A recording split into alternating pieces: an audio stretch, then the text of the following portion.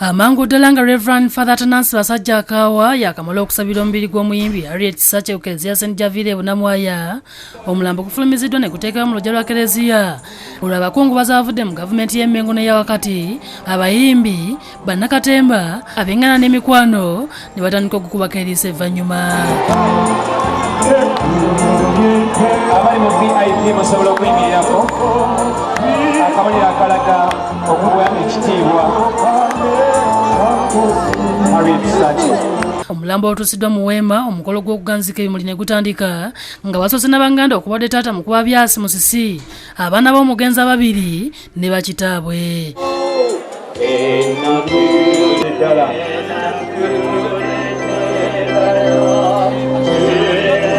Abayimbi badde bakateeka ekimuli kimu kyokka ku ssanduuko ya munnaabwe olwo bannabyabufuzi ababaddewo omukolo gw'okuganzika ebimuli ne baguwamba nga bakira kansala Alan Sewanyana yabayita. Abamu ku b'enganda nga bakulembeddwa mu kitaawe wa Kisaaki balemereddwa okwogera olw'ennyiike gye babadde bawulira. Abasobodde okwogera beebazizza abakungubazi olw'obutabalekera mu kaseera akazibu. Ye akulira ekibiina ekigatta bannakatemba n'abayimbi mu ggwanga Andrew Benon Kibuuka ng'alina Rosias Matovu Joy batontomye ku kufa bw'atyo Benon Kibuuka ne yeekokkola abantu abayitirizza okubiika abayimbi. Nga lwaki abasezi bano abalulunkanira okutubika nga tetunnaba muba mukujubanira kutulya mu nyama oba kutunywerako nkangaali na walagi?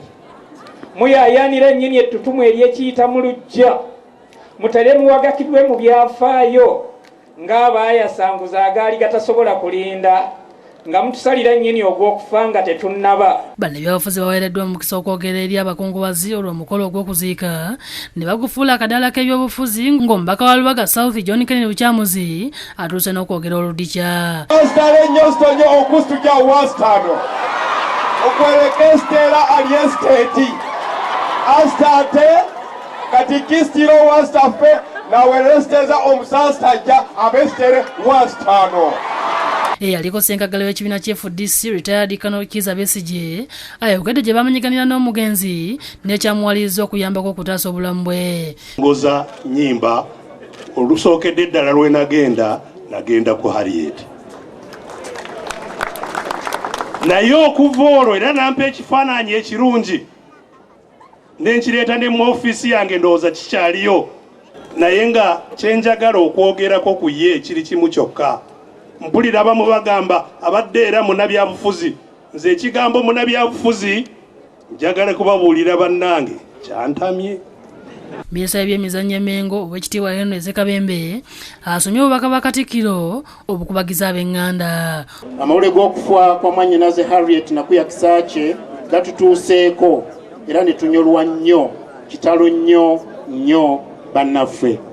Oluvannyuma bayimbi oluyimba bannaddiini ne bakulemberamu okutwala omugenzi mu nnyumba y'oluberera wakati mu nnamungi w'omuntu abadde yeewaganya okutuuka ku ntaana.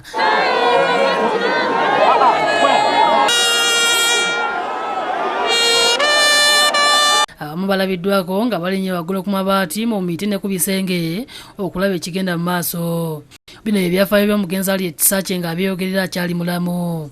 Harriet yazaalibwa ng'ennaku z'omwezi 23 Novemba 1982. Taata wange ye mwami Musi Charles ne mama wange late Namwanje Sarah. Naye mami wange yazaala abaana babiri. I am my late brother. Harriet yasomera Nakulabye Nursery School. By then simanyi oba kati ekyaliwo. Then for my primary P1 to P7 nagenda St. Joseph Nansana. Then from senior 1 to senior 6 nali ku St. Augustine's College e Wakiso. Harriet yakomaawo nayiya alumbya atya omuziki at Pride Theatre nga ndaba artists bangi neŋŋamba at least from here wenja okujja ekituufu. Mukama yankwatirako tebyali birungi tebyagundirawo. Nsamba Crash ne Abdu Muwonge be bakusakidde eggulire lino ku Lwabukedde TV.